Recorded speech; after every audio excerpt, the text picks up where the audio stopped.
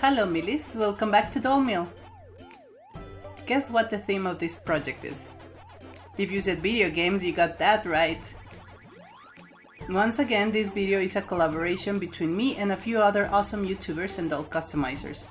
The ones participating are those who also love playing video games in their spare time, amongst whom are Anastazia Custom, Dollmotion, Doll's Brand New Look, The Doll Fairy, Kyros Workshop, Dollumentary, Tiamat Creations, Dance OOAK, the Dolly Geek, Skeriosities, Myminimon, Creatures You Love, and yours truly. As some of you know, I adore playing video games. I even have a gaming channel on the side, although it's still in the baby chick stages, but you guys are welcome to come check it out. So when we decided to make a video game collab, there was no way I could say no. Now, after joining, the only question left was, which character should I make? I went through a few options. Link from Zelda, who I quickly let go because, as lovable as he is, he's too cliché. Then I thought, maybe Sonic? I haven't seen a Sonic doll custom yet. Good, but maybe not up to my tastes. Also thought about Shake from Zelda. And that one was my choice for some time, before I finally made my decision. I would make Sora from Kingdom Hearts 3. Would you believe me if I said I had absolutely no idea the third game was coming out soon, just when I chose him? I started working on him before the holidays and I just learned the game was coming out on early January. Well, that was a pretty nice little coincidence. Anyways, enough rambling, let's begin with the transformation. As for volunteer, I selected Deuce Gorgon. Out of all the boys in Monster High, he's got the right skin tone with a softer face shape. First of all, we gotta find a way to remove his hair. God, this is really glued down hard. Good job, glue, good job. I gave up on trying to take the whole thing off together, so I went for the X-Acto knife to clean him up as best as I could. I will paint over the green so it doesn't matter in the end. We had a couple of accidents with the X-Acto knife. I'm sorry, Deuce. They will be Sora's battle scars, I guess. Now we get rid of the face-up using some pure acetone. Also gotta remove those tattoos. Pure acetone is okay on the vinyl head, but on the plastic body is a little too strong, so you gotta work very fast, or the plastic could start melting and catching some of the cotton. All clean! You're ready for sealing, which we do outside on a well-ventilated area with a mask and gloves on, and I give him 2 to 3 layers, waiting 30 minutes between layers. Time for the face-up. As always, we sketch the face first using a lighter brown color.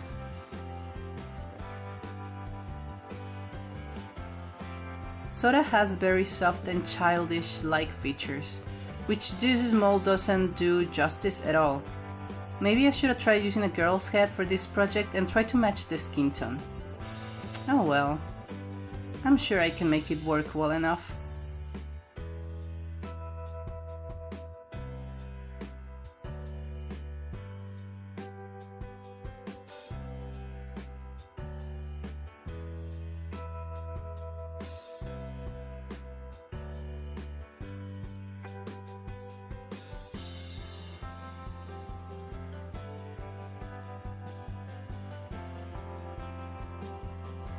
I would like to use this time once again to talk with you guys a bit. Let's stay on topic and talk about video games. My fondest memories are of playing on my Super Nintendo with my brother. We used to play Aladdin, The Lion King, and Super Mario all the time. That's before the Nintendo 64 came out. Then it was all about Super Mario 64, Smash Brothers, and of course Zelda Ocarina of Time. All those games are classics that I will never tire of playing. So are any of you out there gamers too? And even if you aren't, did you have any games that you used to play when you were a kid? I'm sure lots of you share the same experiences as I did, but others are too young to have played those games. I would like to know which games you played when you were a kid, and which ones you like currently.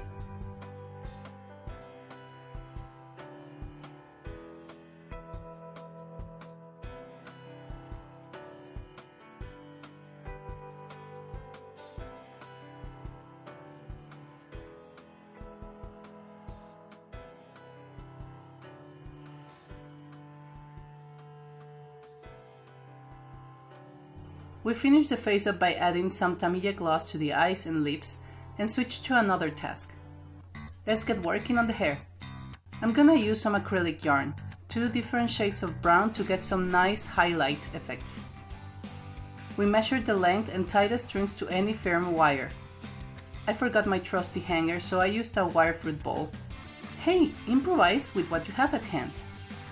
After that, we brush the strands with a pet brush until we get this fluffiness. And then we use our hair straightener to get some silky locks. We cut them at the root and use some white glue like Mod Podge to create the wedges. When they're all dry, we cut the excess part of the glue to get straight edges. Then we grab one wedge and put some fast dry glue on it and roll it on itself so we can glue that to the center of his head. I will come to regret this later on, as you will see. From then on, we just continue gluing wefts all over the head, keeping an eye on the model picture, separating the bangs, refining, etc. And when everything is dry, we can finally start styling and cutting those multiple anime spikes that make for Sora's iconic hair. Remember when I said I would regret doing the big weft on the middle? Look what happened. He looks like a pineapple. Nevertheless, I could fix it easily by adding some fabric glue to the parts in between to secure the hair down. Much better, right? Head finished. Well, almost. But let's start with the clothes for now. We will be making the clothes from the new game, of course. So red, black and grey. I'll be using some of the Monster High boys clothes to reference the size of what I will make. I put the shirt against the black fabric and marked the rough size of the front and the back for the undershirt to create a pattern. Then I cut it and sew the parts together.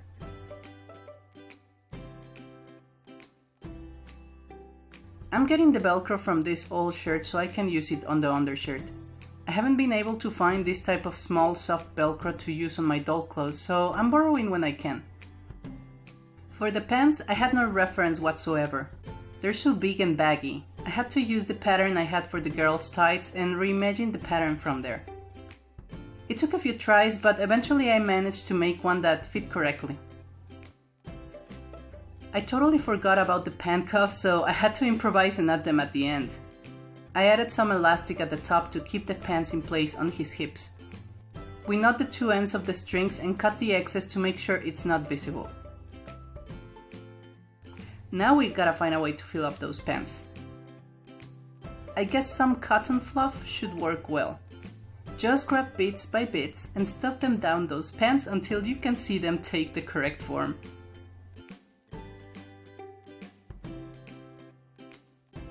Now, using picture references, I glue some red ribbon on his thighs, followed by some grey fabric I cut it in the right shapes, also using the picture as reference. The bottom part of the grey bit is a bigger pocket, so I'm gonna glue a couple more layers of fabric to make it look fuller. And then glue a smaller strip of grey to represent the pocket opening. Now we grab these small black strips and glue them on top of the red ribbon to represent the belt loops holding the red ribbon in place. Now for the details, I'm just gonna use some 3D liner to draw the edges of the pockets and cover all the fabric's edges.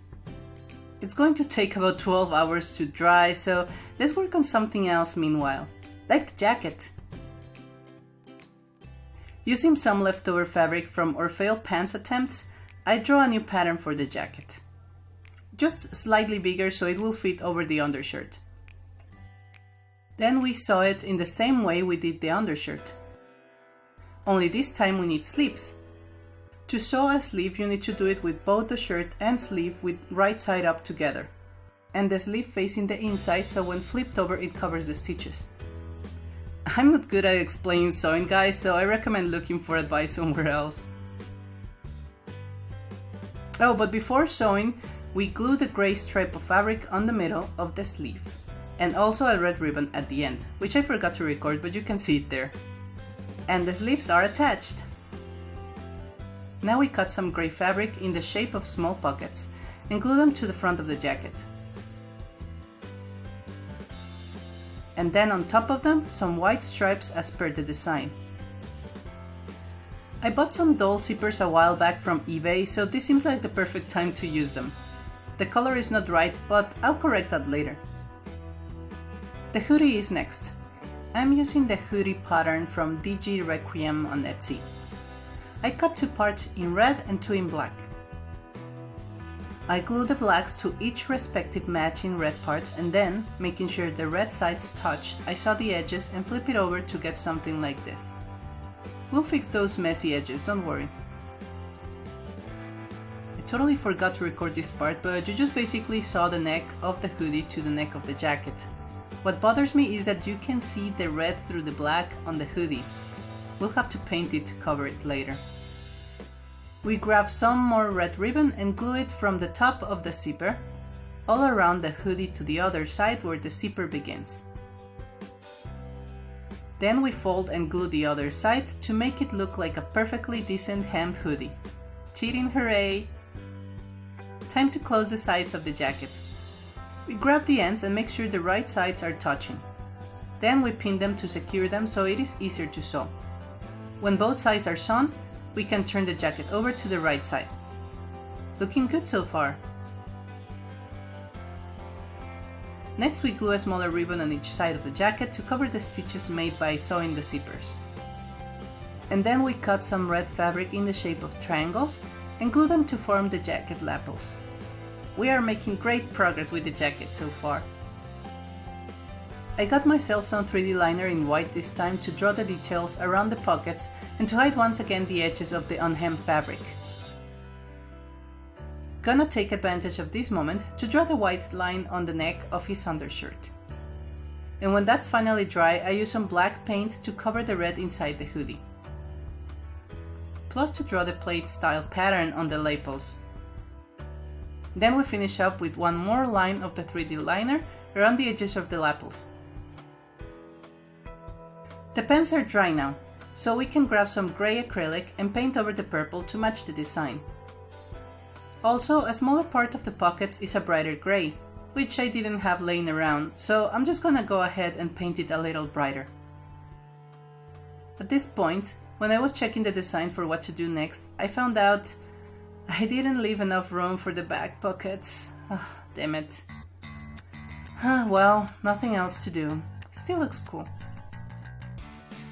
Time to take a break from all the sewing. We bring out our trusty epoxy sculpt.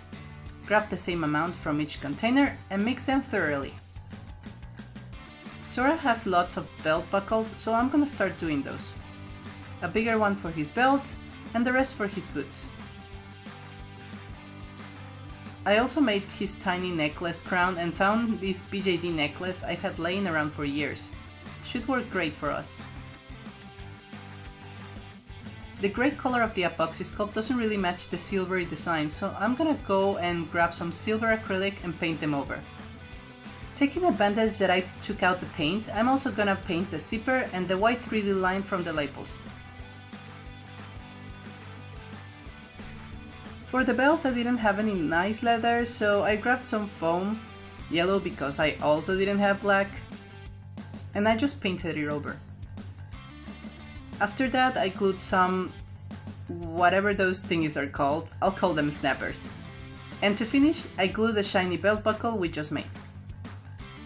With some leftover epoxy sculpt, I made many tiny flat circles and painted them over in gold. They will be the buttons on the jacket and on the pockets of his pants.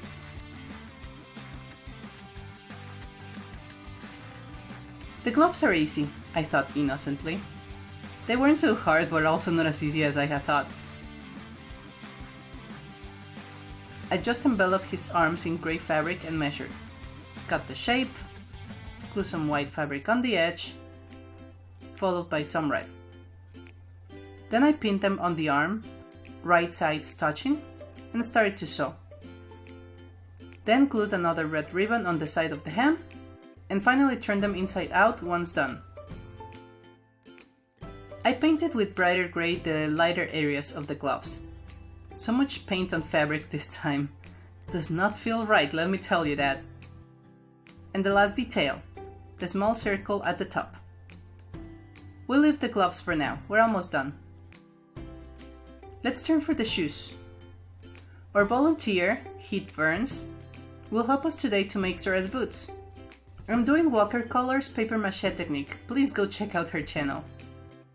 When the paper is dry, we cut to the desired height, plus a line on the back to release the feet. There we go, nicely shaped feeties. I'm gonna use a random polymer clay color to make the general shape of the boots on top of the paper. God, the clay is so hard. I'm guessing it's because of the cold. It's also crumbly. My hand almost cramped while I was warming it up. Okay, clay ready. Just go wild with the form until you're happy with the look. Sora's boots are huge. Happy with the shape, I'm gonna throw this in the oven at 130 degrees Celsius for about 5 minutes to harden the clay a bit. Nice and sturdy. Time to start adding the yellow clay that is the real color of the boots. Then all the black details. If you're like me, you'll be damning the clay all the way to hell for always catching so much dust. No matter how clean you try to keep things. We are not friends, polymer clay. And also you, dust, I'm judging you. We make some indentations to the bottom of the boots to add texture and detailing. And then everything goes to the oven again at 130 degrees Celsius for another 25 to 30 minutes. After they cool down, I'm gonna grab those belt buckles we made before and pass a tiny black ribbon on one side and glue it. Then I glue the buckle to one side of the boot. I cut the excess and glue that side to the boot too. Now I go across the boot, pull the ribbon through another buckle, and follow the same steps. And same goes for the other boot. The top of the boots were made with foam warm over, reshaped and painted in black. Then I'm gonna use fabric glue to secure them to the top, followed by using our friend Mr. 3D liner again to draw the white borders. Now to wait for them to dry again. In other news, the snappers of the belt buckle failed me, so I decided to just get rid of them and glue the thing together. Not like it should come off anyways. I also added some tiny foam strips to the gloves to make a belt and glue the corresponding tiny belt buckles. Gloves done! Okay, we're almost finished here. We just need to do a key item in this custom. Got it? My dad pun? Anyways, you guessed right. The key blade. I measure some wire against our model and then twist the ends to make a strong base for the blade. Then grab another piece of wire and shape it as closely as I can to resemble the top of the key. Now onto our faithful epoxy sculpt once again. Mix those parts well and then cover the whole wire to give it the general shape of the key blade. Once it dries, we can add more and start giving it a nicer and more correct shape with all the details. I was running out of time by this point, so it feels like it came out a little rushed. I will do better next time. For the bottom of the key blade, we draw the shape with an X-Acto knife and then cut it as close as possible. Then we give it shape with our fingers, some tools and water. Then I join both parts together using some more epoxy sculpt and smoothing it over with water. I almost forgot to do the Mickey symbol that attaches to the chain of the blade, so it's great that I had a bit of leftover epoxy. All that's left is to paint. Mickey goes silver, as does the whole pole and the blade. Black in the middle, blue below, gold at the top, then glue the chain with Mickey, and that is it! We have finished our Sora custom.